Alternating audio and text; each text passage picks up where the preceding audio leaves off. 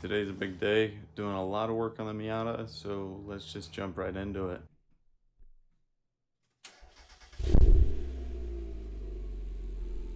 So you got the timing belt and all those accessories, the two accessory belts. Got a new water pump, a new radiator cap.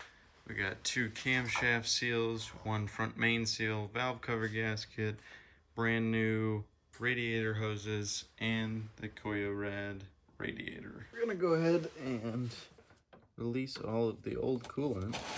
I've never done this one, so I'll be curious to see what color the liquid is that comes out here.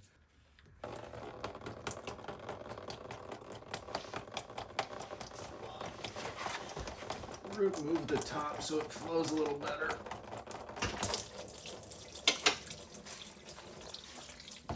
Now we got a couple fan connectors and hoses to disconnect. So we got this guy there, the big one. Got another connector over here. And then the mounts are just gonna be that guy right there. And the same thing on the other side, this guy right here. Also gonna go ahead and take this guy off just so it's easy. And this was the old timing belt.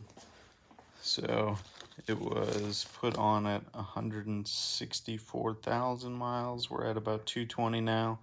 So it's realistically only been about 60,000 miles, but wanting to do it just to be safe. These are older cars, you never know what kind of abuse they've seen.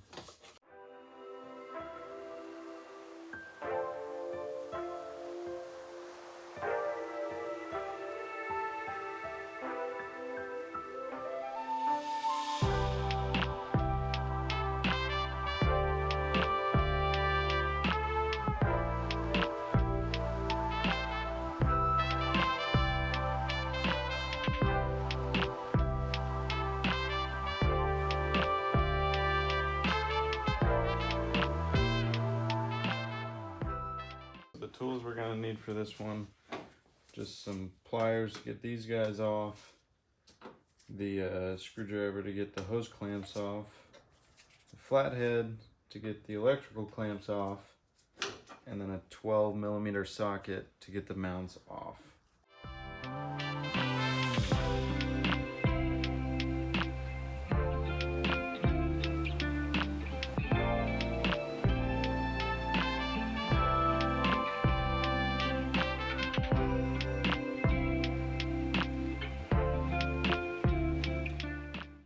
To the best of my knowledge, this is still the original radiator, so it's in fairly decent shape. I'm gonna try and take off the fans and clean them up a bit before I put them on the new one, but we got it out. It just got hung up a little bit on the AC lines. There was one little bolt to disconnect there, and then had to disconnect that bottom water line. But other than that, it's all out. I might try and use a pick and get some of these guys back to being straight for some better airflow. And then we'll get the new one in here after we do all this. Going through and removing all of the water lines. Interesting thing to note here is that this one's a bolt, while this one underneath is a nut. Presumably just so you can line it up well. So I'm gonna go ahead and continue to take this stuff off, and we'll go from there. Looks like it did not drain all the way.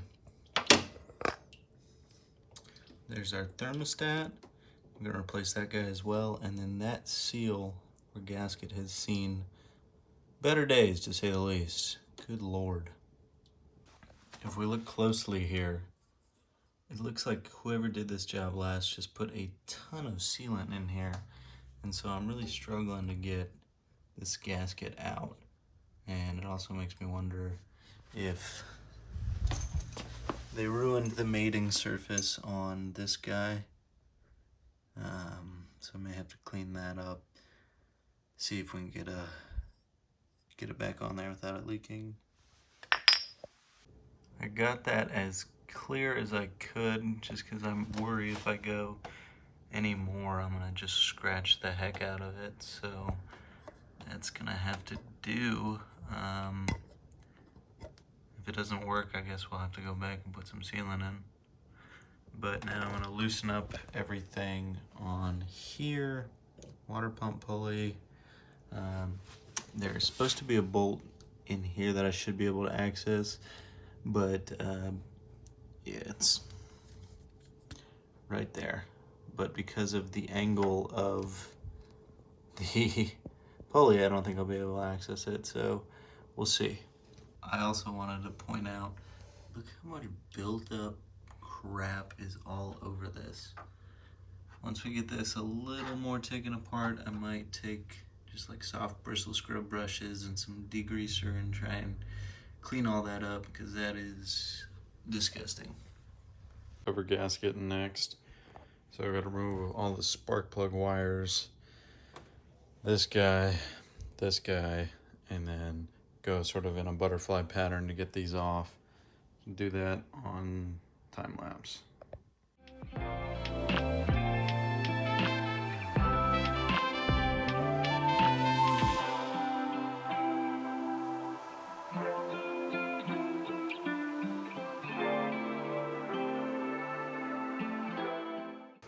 Or the valve cover itself. Not too much in the way of gasket left over, which is nice. Gonna take the spark plugs out next. The valve cover gasket off. I disconnected. There's a couple connectors, all these four. Can't see this one. And then just tucked them off to the right side. And then I went ahead and loosened this guy, loosened this one. I was able to get this around so I could loosen this one within the pulley there. And then I loosened these three, because once the belt comes off, it's a lot harder. So I'm gonna go ahead and get this belt off first and then move on from there. While I was taking the spark plug out, I was noticing this one's not turning. And if you look closely, there's just a little piece of plastic or something in there, like rubber, and I can't even get a socket around it. So I'm gonna have to try and get that one out to get that last spark plug out. I had to use a little pick to get it out, but I got it out, so now we can get that guy out. All the spark plugs are out, so now we have 4 10 millimeters in order to get this front timing cover plate off. You remember how I said the engine was dirty? Look at that. Look at how gnarly that is. So, just tons of crap came off as soon as I disturbed those bolts. Yeah. I feel like a good portion of my time is going to be just degreasing and cleaning all of this crap. Okay, so I loosened this guy, and this guy, and that kind of allows the tension to come off of this pulley here. Might have to loosen it a bit more, but you get the idea. So as it turns out, you just push this guy down, and then it gives you a bunch of tension on there, and you can just slide it right off. And it's probably good that we're doing this anyway, because I got a ton of coolant on there and don't want it to slip.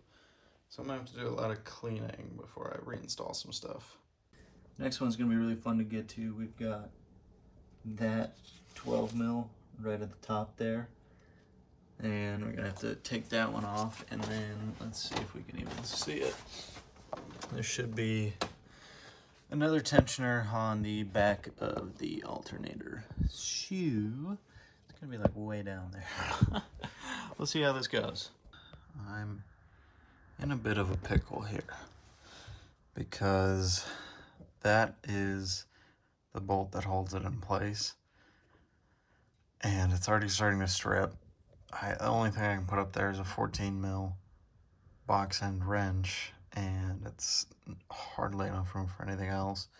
Some folks are saying what they've done is taken and removed the whole intake arm in order to sort of get that clearance to do that, but it feels like it's going to be a huge pain, and I'm also not sure that I really want to remove a support bar. So, I don't know, we'll see. Okay, I got the intake support brace off. It was 3 14 millimeters, 2 at the top, 1 at the bottom there. You won't be able to see, but it should give me a little bit more access to the back of the alternator, so probably gonna go ahead and try and take that bolt out.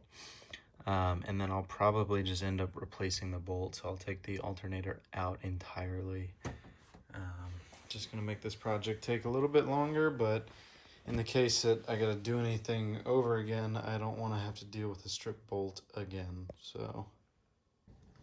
Alright, I'm not gonna be able to finish this tonight, but we did get the belt off just by pulling the water pump pulley off. So belt's off, that bolt on the bottom still stripped, still gonna have to figure something out with that and order up a new bolt. But at least I can continue because I have all the rest off. So now I can remove that bottom timing cover, remove the front crank pulley, crankshaft pulley? Yeah. And then I sprayed PB Blaster on everything because I don't want any more strip bolts. So I'll pick it back up tomorrow. Probably gonna be doing a lot of cleaning because that's horrendous.